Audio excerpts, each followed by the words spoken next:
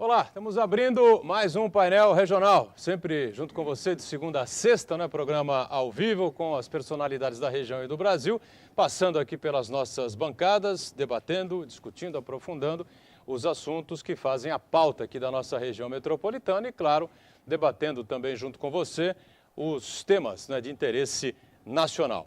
Telefone sempre aberto, 3014 5281, ligue para cá, participe conosco, envie aí o seu comentário, a sua opinião sobre os assuntos que a gente debate aqui no programa e pelas redes sociais também à sua disposição, facebook.com/painel regional TV. Você envia a sua mensagem e participa aqui desta edição do Painel Regional, que conta com as participações importantes aqui do vereador Marcelo Del Bosco, do PPS de Santos. Estou conosco também o advogado, sindicalista, jornalista, nosso comentarista Uriel Vilas Boas, né?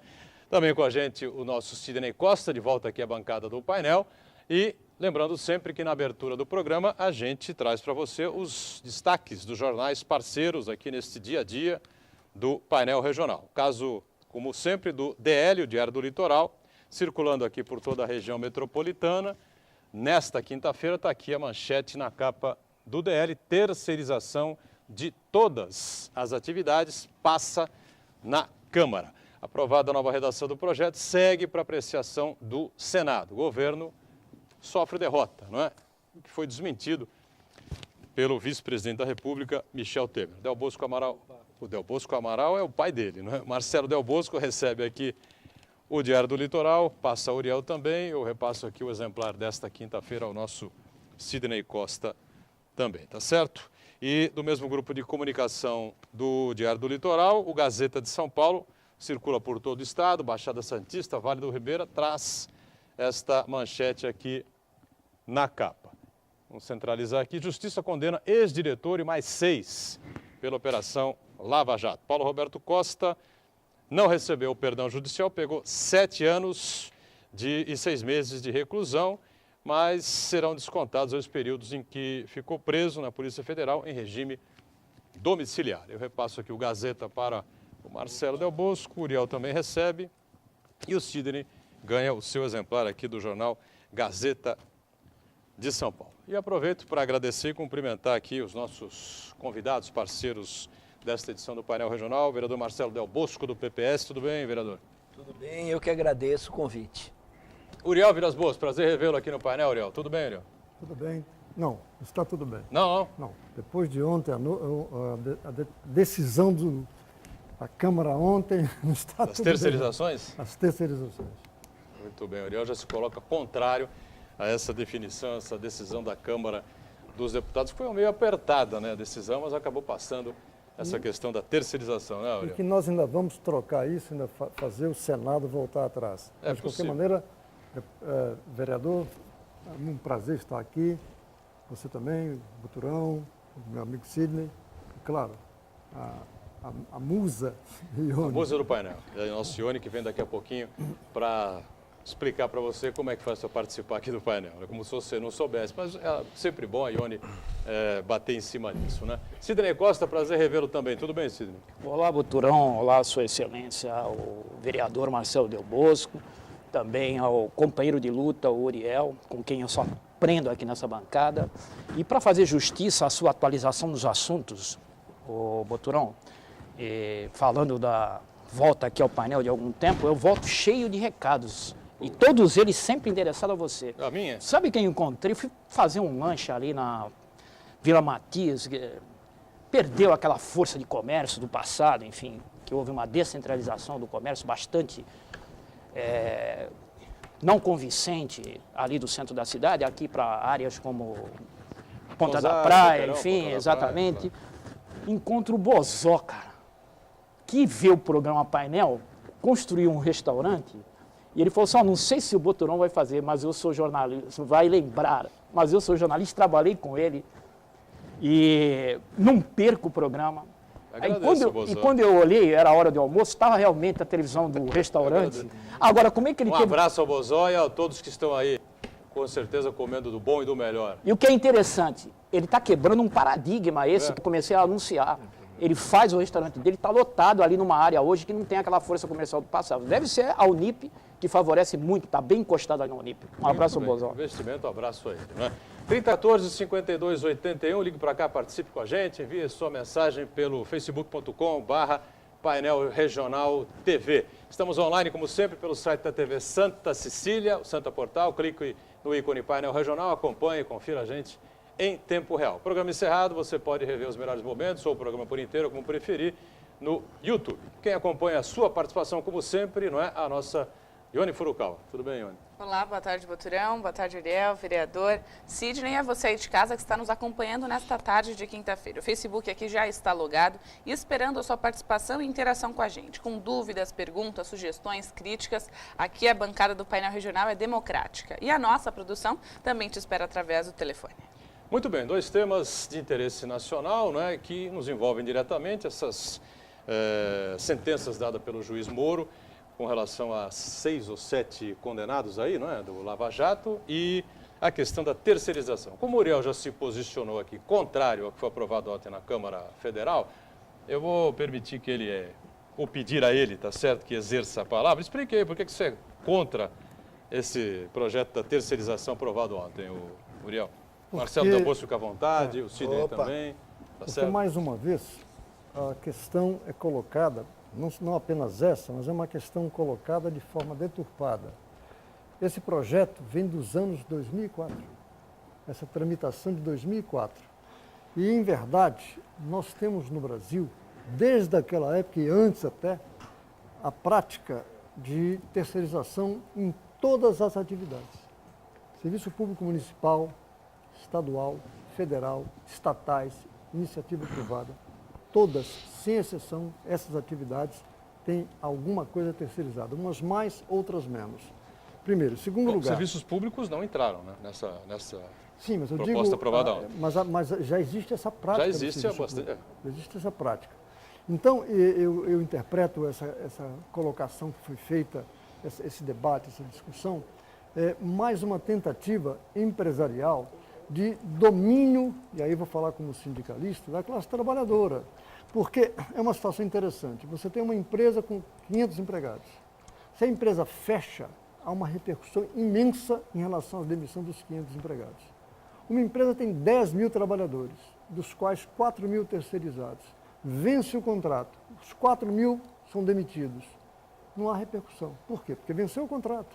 É prática. Primeiro. Segunda questão, a empresa determina as regras que devem ser seguidas pelos terceirizados, impõe condições e aí dificulta, e esse é o desafio para o movimento sindical, que não dá para ficar apenas e tão somente no desabafo ou na reclamação ou na queixa. É preciso que o movimento sindical, o movimento social, analise a questão sob o prisma de organização para discutir em alto nível com a classe empresarial pontos entre os quais os acordos coletivos, que levem em consideração o interesse da empresa, não tem problema, mas levem o interesse do empregado e que não haja diferenciação entre terceirizado e pessoal da ativa. Então, nesse aspecto, eu tenho certeza que até a tramitação do Senado, alguma coisa ainda vai acontecer em relação a essa questão da terceirização. Sidney Costa acompanha também a votação de ontem, com certeza, vem acompanhando esse projeto da terceirização, concorda com o Uriel, tem outro ponto de vista, não? Não, o Uriel está sendo coerente com a chamada que ele tem nessa área do sindicalismo. Na verdade, há algum tempo, como ele disse, é um projeto desde 2004, ele veio eclodir agora, no momento em que há, claramente para toda a sociedade brasileira, essa disputa do poder do Legislativo Nacional contra o Executivo. Votaram com urgência, a resistência de todas as manobras feitas para que isso não fosse assim, e claramente é um projeto polêmico que passou justamente nesse momento que também enfraquece a nossa presidente Dilma, pois toca em pontos que ela defendeu durante a campanha eleitoral de 2014, que jamais tocaria em direitos do trabalhador, enfim. Isso não vai retirar dela o veto, que ainda vai para a mesa dela, mas de qualquer maneira, também a gente é obrigado a fazer um discurso histórico, não me alongando, porque eu quero ouvir também a opinião do PPS, aqui representada pelo nosso vereador Delbosco, quero ouvir a opinião do partido.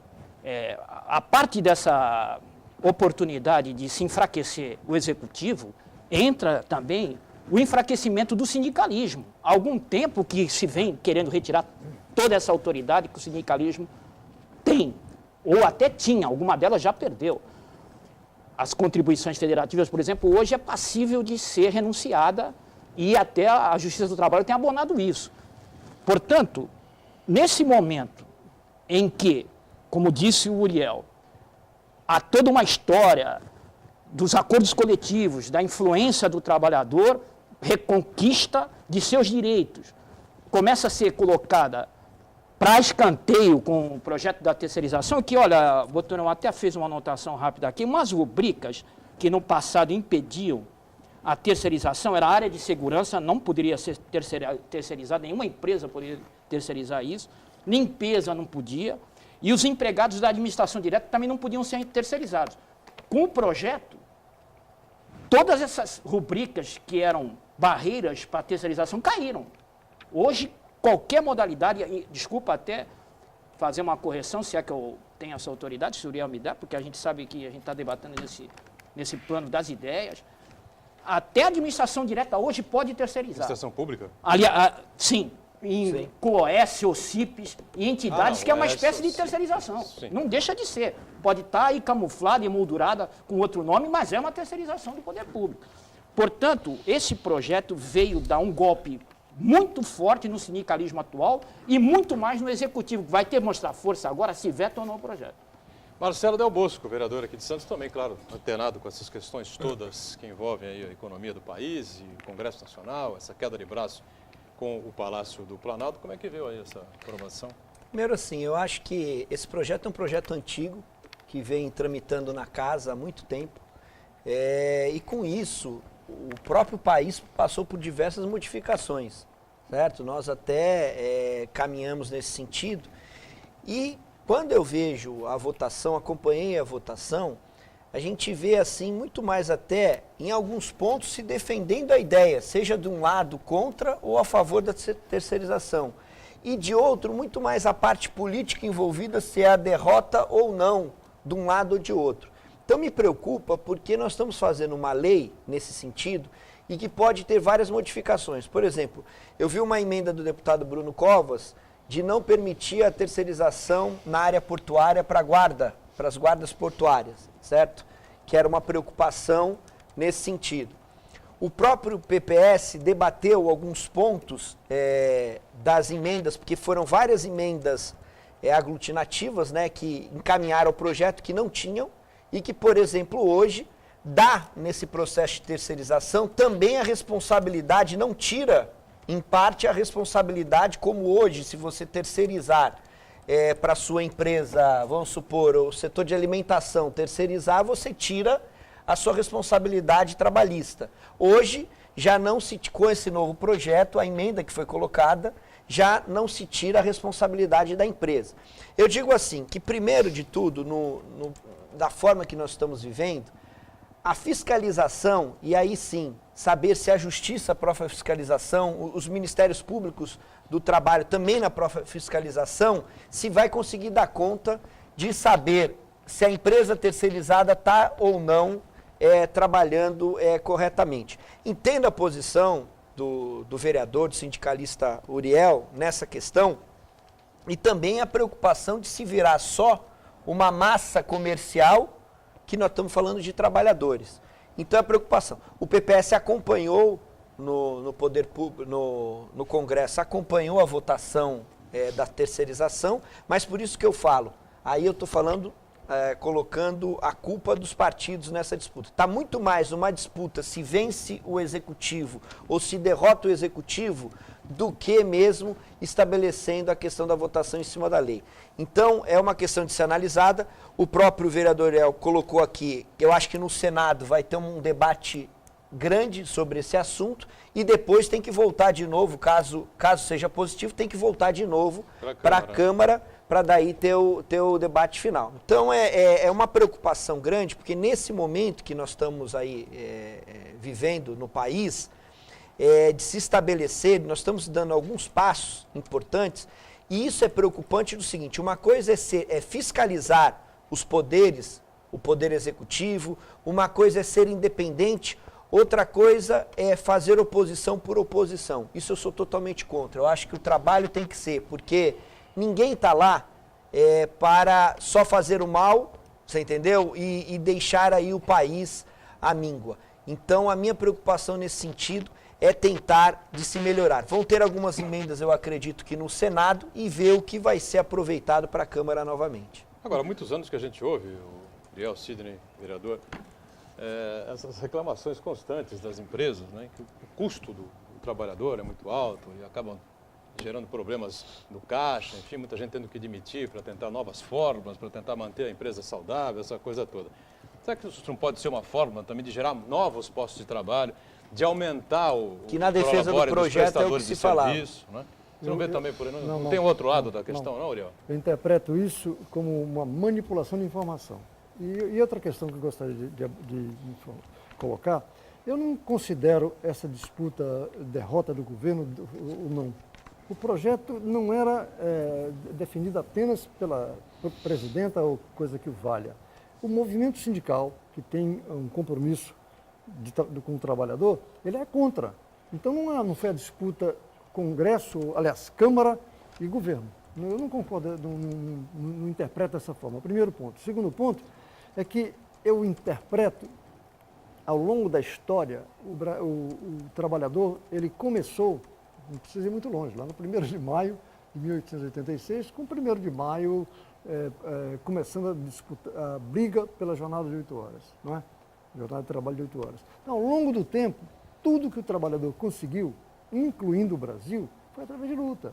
Eu interpreto essa questão desse projeto como um desafio para que a classe trabalhadora, e aí, assim, se a classe empresarial se reúne e discute propostas, a classe trabalhadora tem que fazer o mesmo. E, respondendo à sua colocação, Buturão, as centrais sindicais de empregados e empresários, algumas entidades de empresários, estão discutindo propostas conjuntas para apresentar ao governo. Então, o que eu entendo é isso, nós temos que ter preparação de ambos os lados para buscar alternativas. Não basta dizer nós quer.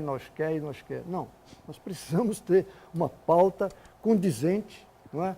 E que, mais ainda, o trabalhador, através das suas entidades, não tem acesso ao que acontece nas empresas, mesmo aquelas que têm ações no mercado. Ele não tem essas informações. O sindicalismo terá que se aperfeiçoar, utilizando a metodologia do DIESE para fazer pesquisa, fazer debate, fazer discussão, porque nós temos situações no Brasil que nós precisamos enfrentar. A Constituição fala, por exemplo, que o salário mínimo tem que ser mais o suficiente para sustentar pai, mãe, os filhos, a saúde, a educação, mais de R$2.000 por mês. Mas não dá, tem que aumentar o fundo partidário, Tudo. fica difícil. Essa é outra história. Mas aí é responsabilidade da sociedade. Se nós é que elegemos as pessoas que definiram isso. Então eu interpreto isso como um desafio. Sidney, você acha que não pode ser uma outra via aí para facilitar aquilo que eu disse, melhorar, retirada, abrir novos postos de trabalho, enfim, minimizar o problema financeiro de algumas empresas? Ou olha você só, vê Buturão, diferente? eu novamente vou ser rápido, que eu quero ainda ouvir o nosso vereador, que representou muito bem aqui a posição do partido dele lá na Câmara, porque houve um repto lançado pelo nosso Uriel, em que ele não aceita que está havendo uma disputa de força, um quebra-braço entre o Legislativo Nacional e o Executivo, embora não é só nessa questão, não. Por exemplo, a urgência que foi votar disso daí e também tirar representantes dos sindicatos que estavam na tribuna na ocasião da votação disso, já foi um exemplo que tinha ali um jogo para mostrar uma independência nesse momento do Legislativo, que há algum tempo, desde a instituição do governo Lula, num projeto ambicioso de poder, se sabe que o Legislativo tornou-se de joelhos para o Executivo, mas parece que agora o orçamento impositivo e essas resistências querem quebrar isso daí. Agora, eu vou ser muito rápido, olha, aos defeitos desse projeto. Enfraquecimento do vínculo empregatício, a grande luta desse país, que ainda não acabaram com a justiça do trabalho, é provar o vínculo. Quase ninguém quer registrar, quase ninguém quer encargos, como tem um trabalhador que chega a ser, para o governo, taxas da mesma quantidade do salário que se paga para o trabalhador nesse país. E a terceirização, nesse momento, é um alívio para aquele que contrata. Portanto, esse projeto enfraquece definitivamente o vínculo empregatício. Outra coisa que o projeto tem de defeito, o desmonte do FGTS. Todas as empresas de terceirização depois vão aparecer lá na Justiça do Trabalho para ver se foi depositado o FGTS, para ver se a contribuição previdenciária foi depositada, porque fica, quando longe do contrato, por vínculo direto empregatício, difícil de fiscalizar isso, Boturão. É outro problema que ninguém está falando aí. E, por fim, repetindo o que eu disse na minha fala inicial, o enfraquecimento da força sindical, principalmente por categoria, desaparecerá. Hoje, com a amplitude do projeto de terceirização, as categorias e seus representantes. Portanto, são defeitos quase invencíveis para o trabalhador.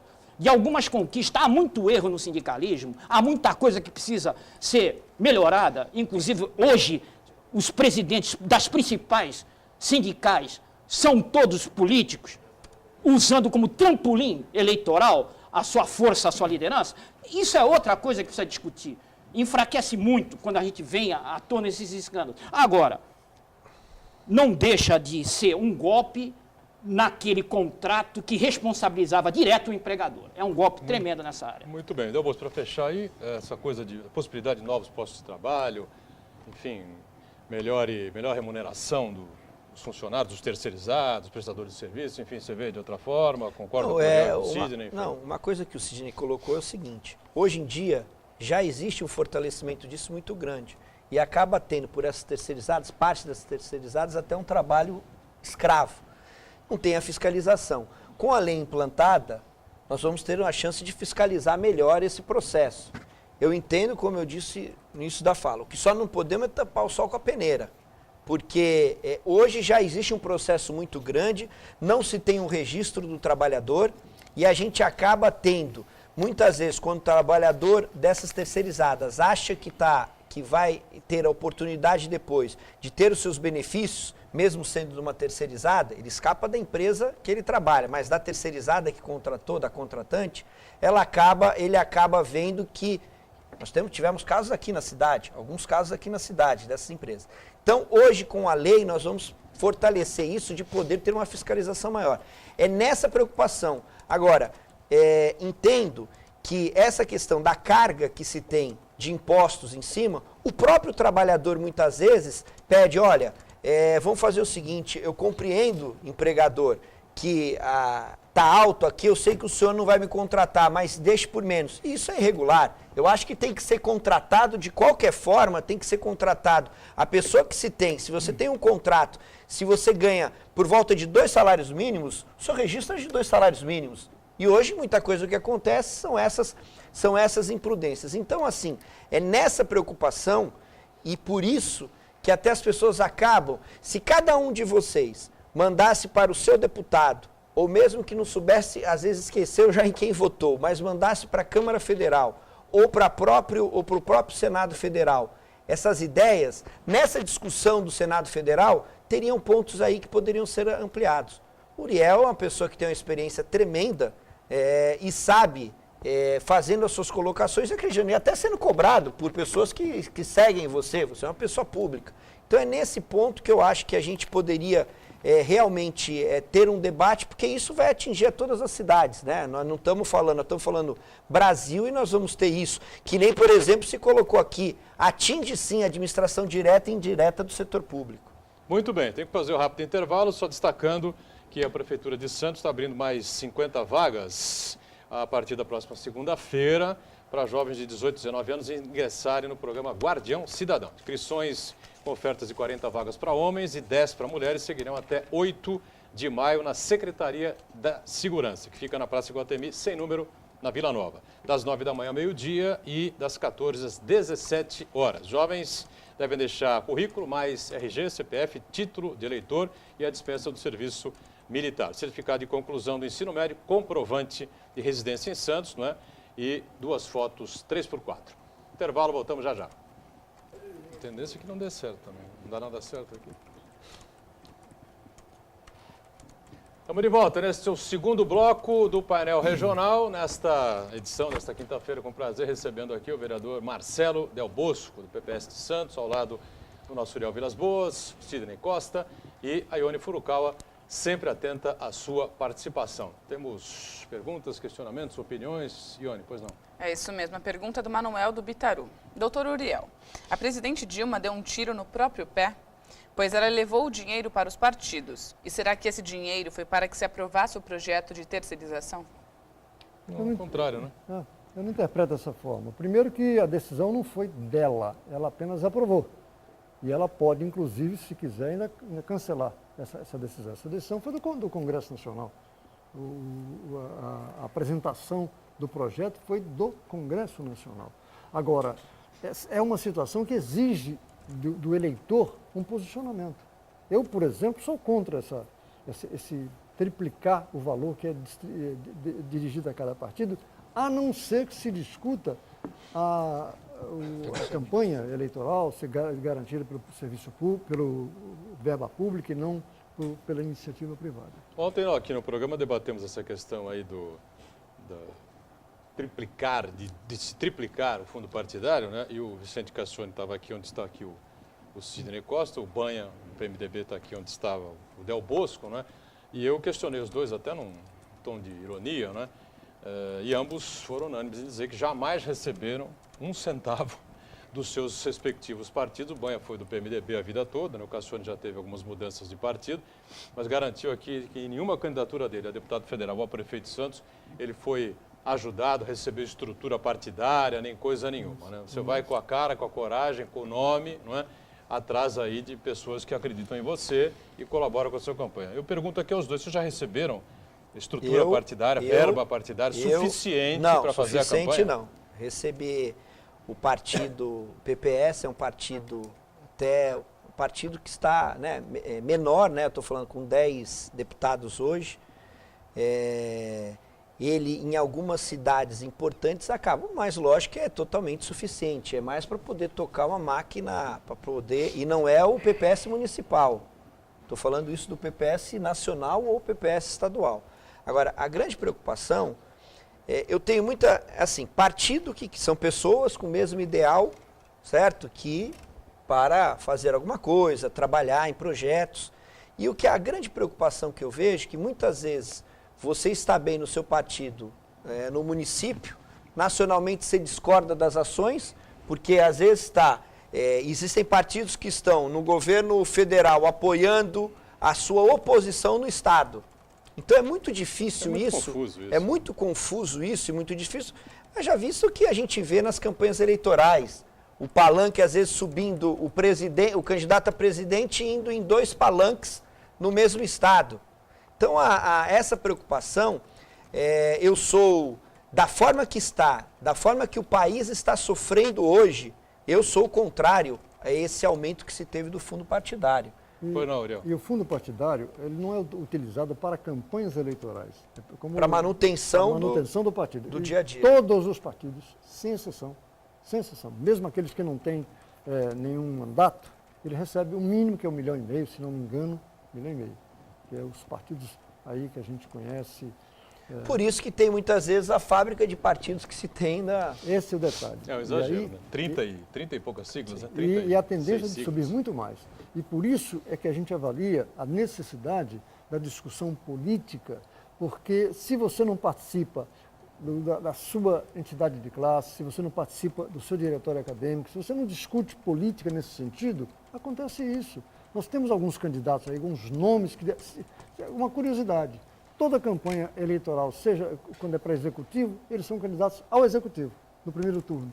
E no segundo turno fazem algum acordo. Então é preciso que a gente avalie essa situação como eleitor e qual tem sido o nosso papel. Por isso que acontecem essas coisas. Mais alguma participação agora com a gente, Ione? Exatamente. Pergunta do Valdomiro Trento. Vereador Del Bosco, a terceirização não deveria ser precedida de uma reforma política, eleitoral, previdenciária e sindical? Logo, o que acontece no país é a reorganização de velhos interesses que não são os da nação. Olha, Trento, a grande preocupação é que o próprio Congresso Nacional, tinha que já... Tem matérias que ficam no Congresso 20, 25 anos. Isso é uma vergonha. É uma vergonha. Eu acho que os projetos precisam ser votados o mais rápido possível, sejam eles no Congresso Nacional, seja nas Assembleias ou nas câmaras municipais. E até poder discutir. Essa reforma, a gente espera há muito tempo pela reforma política. Agora está uma discussão da reforma política, que acaba também muitas vezes tendo os interesses de homens ou mulheres que estão lá querendo saber se no seu estado ou na sua região eleitoral vai ser importante essa forma. Se vai se discutir o distritão, voto distrital, se vai se manter a mesma coisa, se é a questão da chapa fechada. Então, assim, eu acho que toda reforma tinha que ser feita a reforma séria, parar. Hoje, quando nós estamos discutindo via a palestra do senador Aécio Neves na Câmara Federal a respeito da reforma política, na comissão da reforma política, mas acho sim que devia se ter, primeiro, ligada à previdenciária, que tem a ver totalmente com a questão trabalhista para pensar no futuro, certo? E as outras questões da reforma política é importante nesse sentido. Mas nós não conseguimos, com o Congresso que aí está ou com o outro passado que esteve, poder equilibrar e todas essas reformas serem feitas para que na próxima eleição a gente já estivesse com outro sistema de trabalho. Foi que nem o Uriel falou. Nós temos aqui vários tipos de classificação do trabalhador e nós tínhamos que ter só um regime único para poder ser atendido e ter aí um Ministério do Trabalho fortalecido. Eu acrescentaria duas questões. A primeira delas, os pontos levantados pelo Trento, Valdemiro Trento, petroleiro, são importantes, a gente tem que avaliar o que nós estamos fazendo em relação a isso. Nós temos uma estrutura sindical que vem de 1943, primeiro ponto. Segundo ponto, é uma estrutura sindical que não dá representatividade por local de trabalho. Você pode reunir, hipoteticamente, a diretoria do sindicato tem 30 cargos. Você pode reunir os trabalhadores de uma sala e vai representar toda a região metropolitana. Então não tem representação desse aspecto, tem que ser avaliado sob esse prisma. A segunda questão é que nós temos na Itália, agora com a crise econômica, a Itália está numa campanha para reduzir direitos dos trabalhadores. Então, quando nós estávamos comentando aqui a questão emprego e desemprego, o que dá emprego não é a terceirização no caso, o que dá emprego é a economia estável. E o Brasil passou por isso, mesmo com a crise europeia dos últimos 5, 6 anos, o Brasil não entrou em crise, entrou agora. E o empresariado precisa avaliar o que fez nesse período para evitar que isso acontecesse. E não fez. Nós continuamos um país que exportamos commodities, exportamos minério, matéria-prima e buscamos o material pronto lá fora. Então temos que analisar essa questão. E por fim, eu gostaria de levantar que foi aprovado no Senado uma emenda do senador José Serra, criando o vereador distrital. Mais de 200 mil eleitores, conforme a cidade, vai eleger o vereador distrital, que é uma questão que eu não saberia dizer o texto em si, qual é a proposta em si, mas é um primeiro passo para fazer com que o vereador não seja... Nós temos um sistema eleitoral tão curioso que eu posso votar num deputado estadual de Botucatu para me representar.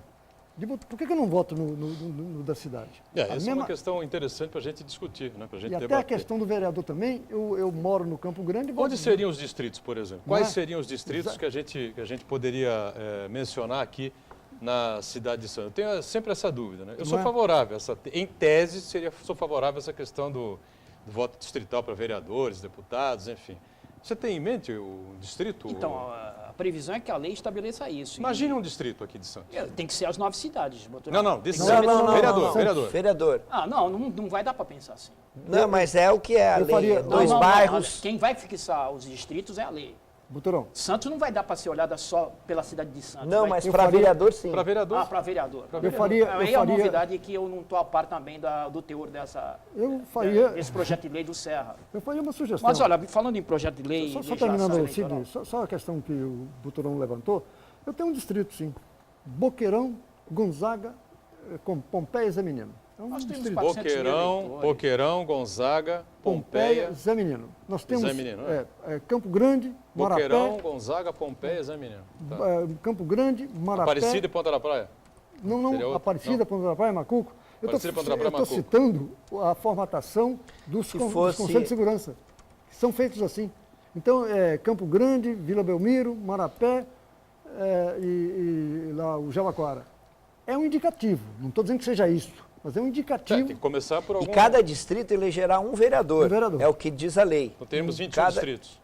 Isso. Cada distrito elegerá um vereador. Conseguimos 21 distritos? Ou se coloque 2, 3 vereadores, se for o caso. Não, sim, mas pela lei do Serra. Ah, sim. É em cima de cidades acima de 200 mil eleitores e são 90 cidades que foram atingidas com isso, né? São 90 cidades. Essa parte eu desconheço, mas eu conheço bem uma parte que é essa do fundo partidário que vocês falaram, inclusive, Uriel. De 2010 para cá, mudou a lei de prestação de contas e o fundo partidário hoje pode doar para a campanha desde que o partido monte comitê financeiro para receber isso de forma legal. Portanto, o fundo partidário doa dinheiro sim para a campanha. Não falei que não doa. Eu apenas disse que o fundo é utilizado para estruturação. Mas o que é interessante é que esse maneira de arrecadação é os dinheiros que sobram de campanha. Por exemplo, a Dilma teve a conta dela aprovada com ressalva. Por quê? 6 milhões da conta dela não foram aprovados totalmente. E esses 6 milhões foram para o fundo partidário. O que me causa estranheza é que o fundo partidário tem uma legislação específica de aproveitamento dessas sobras de campanhas irregulares, para depois passar para o partido, para dar uma sobrevivência a eles financeira. O que me estranha é que ela, de moto pop, para agradar essa disputa que se verifica hoje no Legislativo Nacional com o Executivo, triplicou com mensagem para o... Isso que me assusta, quando tem uma legislação específica. A legislação partiu do Congresso. Ela apenas assinou. Assinou, exato. Ela podia vetar. Quando já tem uma legislação, como se arrecada isso? Que é justamente das sobras de campanhas irregulares. Tu quer saber quanto recebeu o PT em 2013, antes da campanha eleitoral, do fundo partidário? 18 milhões. Porque essa representação é feita pelos deputados federais que tem lá. Quanto recebeu o PSDB? 16. Vamos aproveitar para fazer o intervalo. Marcelo, quer completar alguma coisa? Não, é só para fazer a colocação a esse projeto. É uma dificuldade porque o projeto escolhe por distrito, cada partido só pode escolher um candidato a vereador pelo distrito. E é o TRE que estabelece, no projeto desse projeto novo, o TRE que estabelece o distrito, como vai ser dividido. Então você vai ter direito, o partido escolhe um titular e um suplente, que vai ser eleito mais votado, então, né, naquela questão. Então e lógico, se isso for aprovado até setembro desse ano, valerá para a próxima eleição. Vamos para o intervalo, já retomamos.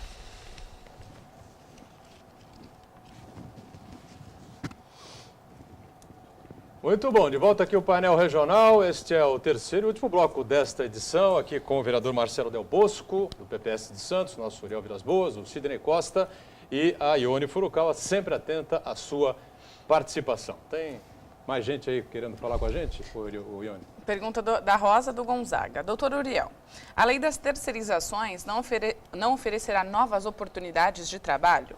O que os diversos sindicatos farão para se defenderem? Bem, em primeiro lugar, não acredito que oferecerá nova oportunidade de trabalho, porque o que oferece é o mercado crescendo, o trabalho crescendo. Isso não vai alterar em nada. E, além do que, nós já temos essa história há 10, 15, 20 anos de terceirizações. Não acredito nisso, é uma enganação dizer isso, dizer que vai ter mais emprego, não é verdade. E a não ser que nós pensemos o seguinte, vai ter mais emprego. Nós temos uma empresa de grande porte que tem 10 mil empregados, ela manda 9 mil embora e contrata 12 mil terceirizados. E por quê? Porque vai pagar menos. Então não é por aí. E a segunda questão que ela colocou... O que os sindicatos vão fazer para defender o trabalhador? Esse é o grande desafio. A posição do sindicato, já está fazendo. Esse é o desafio. Na minha opinião, estou falando agora pela central que eu represento, a necessidade da gente discutir, inicialmente, as campanhas salariais unificadas. Você pode reunir numa mesma empresa, de grande porte, os vários sindicatos, porque nós temos categoria diferenciada, profissionais liberais e a categoria prioritária da empresa. Se você fizer uma unidade de trabalho, o acordo coletivo pode ser unificado e, consequentemente, você enfrenta a terceirização em alto nível, porque os trabalhadores estarão unidos e um cuidado que nós temos que ter como sindicalista é que não trabalhemos contra os terceirizados. Caracteriza que o sindicato é contra o terceirizado. Não. Ele é contra a forma, é contra a terceirização, não é fazer jogo de palavras.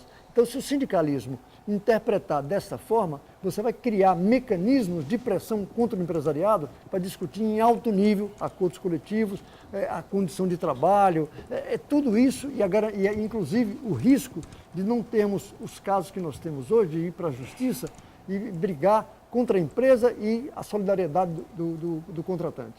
Então, nesse aspecto aí, esse é o grande desafio do movimento sindical. Muito bem. Mais participações aí, Ione? Pergunta do Carlos, ele é do Boqueirão. Vereador, essas placas em vários locais da cidade sobre monitoramento 24 horas, são mesmo monitoradas ou é para enganar os milhantes? É uma pegadinha? Olha, o que foi já se aumentou o número de câmeras, certo, aqui no projeto da Prefeitura. Nós temos pedido, através do mandato, feito alguns requerimentos nesse sentido. Primeiro, a instalação em alguns outros locais, que a população tem feito abaixo-assinado para serem instaladas, como também saber da utilização de como está sendo feita, se está tendo o uso. Pelo projeto, que é ligado ao circuito da Prefeitura, né, ao sistema da Prefeitura, está tendo funcionamento, sendo, logicamente, do poder público. As que são dos particulares, aí nós não temos como saber se são só mesmo aquela, olha, você se liga, você está sendo filmado, aí nós não temos como saber. O importante é saber o seguinte, que tanto a Prefeitura, através da Guarda Municipal, da própria parceria com a Polícia Militar do Estado de São Paulo, de fazer esse trabalho de monitoramento da cidade. Já tem na entrada da cidade o radar que faz a fiscalização, sabendo se o carro tem alguma coisa irregular ou não, o veículo que passa naquela área. Então isso daí vai dando uma segurança à população. Lógico que só câmeras de segurança não basta. Eu acho que nós temos aí um projeto relacionado a câmeras de segurança, pedindo que toda obra que tenha mais de 1.500 metros quadrados, a gente está ainda estabelecendo mais de 3.000 metros quadrados de construção, A5, que se tenha câmeras de segurança já incluída pelo próprio construtor, certo? Seja prédios, por quê? Porque isso é uma forma de ajudar. Nós tivemos vários casos aqui que as câmeras de segurança ajudaram a esclarecer. O caso do Dr. Gilvan, delegado assassinado, foi através de uma câmera de segurança que conseguiram chegar aí aos assassinos. Então, assim, são posicionamentos nesse sentido. A própria questão que houve aqui, perto aqui da universidade, e que hoje até moradores daqui, nós tivemos uma reunião, moradores aqui da própria Oswaldo Cruz, pediram que tem alguns pontos cegos e com grande movimentação, que a Prefeitura interceda também para se ter um maior alcance. Mas eu fico à disposição, se caso tenha alguma denúncia nesse sentido, ou até mesmo alguma informação para dar, fico através aí do nosso gabinete, no 3219-4653, ou lá pelo nosso e-mail, marcelodelbosco@marcelodelbosco.com.br, para poder informar a população. Pois não, Uriel, você quer Eu complementar faria até alguma uma coisa? sugestão. Você teve uma reunião com moradores. Isso. Que os moradores entendam que certas situações exigem participação. Então, aqui nessa região tem o Conselho de Segurança. Sim. E participem do Conselho de Segurança, porque uma das questões que tem que ser discutida é o efetivo policial. Eu fiquei surpreso de antes de ontem ler que está sendo publicado o edital para contratação de 2.000 policiais militares. Por que 2.000? Por que não 2.100? Por que não 1.700? Quer dizer, algo que parece assim improviso. Esse é o primeiro ponto. O segundo ponto, toda reunião, todo debate que você coloca delegado da área civil, ele vai reclamar que a estrutura com a qual ele trabalha é insuficiente. Então, quando você participa de um conselho de segurança do bairro onde você mora, você pode debater essas questões, colocando esses problemas e, consequentemente, você tendo algo que signifique um pouco mais de segurança onde você mora. Muito bem. Ô, Sidney Costa, ontem saíram aí as duas mais condenações dessa Operação Lava Jato, deflagrada pela Polícia Federal. O juiz Sérgio Moro, lá de Curitiba, acabou sentenciando o Paulo Roberto Costa, diretor da Petrobras, 7 anos e 6 meses. E o doleiro Alberto Youssef pegou, se não estou enganado aqui, 9 anos, não é isso? Mais. 9 Não, anos. era mais, a sentença era maior, Era, mas ficou ele- por 9 anos, né, pela delação premiada. Né? Alguns empresários também foram condenados, destaque para o diretor empresário do grupo Sunksider, o Márcio Bonilho, também condenado, enfim. Você ficou surpreso aí com a agilidade do juiz Moro? Sim, Enfim. surpreendente, Boturão. Vem de forma positiva, dá um revigor no judiciário, principalmente o judiciário federal, que já foi protagonista de pilhérias nessa área, que com jargões do tipo o engavetador, o que não acende luzes sobre o caso, enfim. E, inclusive, em caminho contrário do que está acontecendo no Rio de Janeiro, no caso Eike Batista, em que o magistrado que deveria dar a lei encheu-se de orgulho, de autoridade e encheu a sua casa com piano, que era do réu, carros importados, Rover. enfim, e fez de novo se movimentar a imprensa e toda a sociedade contra o judiciário, que há algum tempo não tem o prestígio que deveria. Há alguns erros que a gente, nessa hora que vê a atuação de um juiz como o Sérgio Moro, a gente até esquece, viu, Boturão? Um deles é a morosidade da justiça. É verdade. Nesse caso, por essa instituto da delação premiada, a delação nunca podia premiar nada, né? Poderia ser tratamento Mas ela não privilegiado acaba ou não algo nesse indicando- sentido. Agora, indicando um caminho? agora pegou esse termo delação premiada e o prêmio aí é menos da metade da pena que ele pegaria, o doleiro Youssef. Mas o que mais me chamou a atenção é que nesses episódios que envolvem políticos e corrupção, entrou um temor. O temor da cana, o temor de ver o sol nascer quadrado. Quem introduziu esse temor para esses políticos e para empresários? Um senhor que hoje nem mais faz parte da Suprema Corte. O ministro Joaquim Barbosa, que enquanto não prendeu todos, enquanto não foi firme, inclusive instituiu lá o tal de justiça aos braços, viu, Boturão? Porque aquela casa da Suprema Corte, desde que colocaram câmeras lá dentro, parecia a corte inglesa. Todos fleumáticos, não se levava a voz, não parecia ninguém latino nem brasileiro. Parecia a corte inglesa. E quando havia alguém que se exasperava, se tocava uma sineta. Isso aí desapareceu na presidência do Joaquim Barbosa. E ele foi ferrenho até prender o último. E não ia soltar.